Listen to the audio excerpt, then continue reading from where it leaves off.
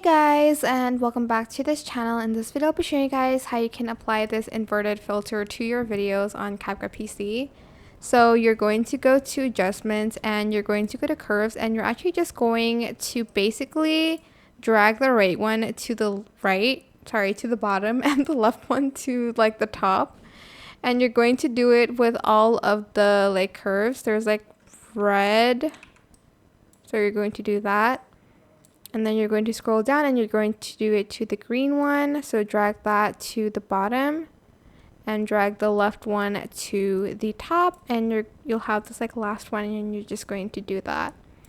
And as you can see, now your video is inverted. I hope this tutorial was helpful for you guys. Don't forget to like, comment, share. Also subscribe to this channel if you haven't done that already. If you have any more questions, just leave it in the comment section down below. I will try my best to answer them all for you guys.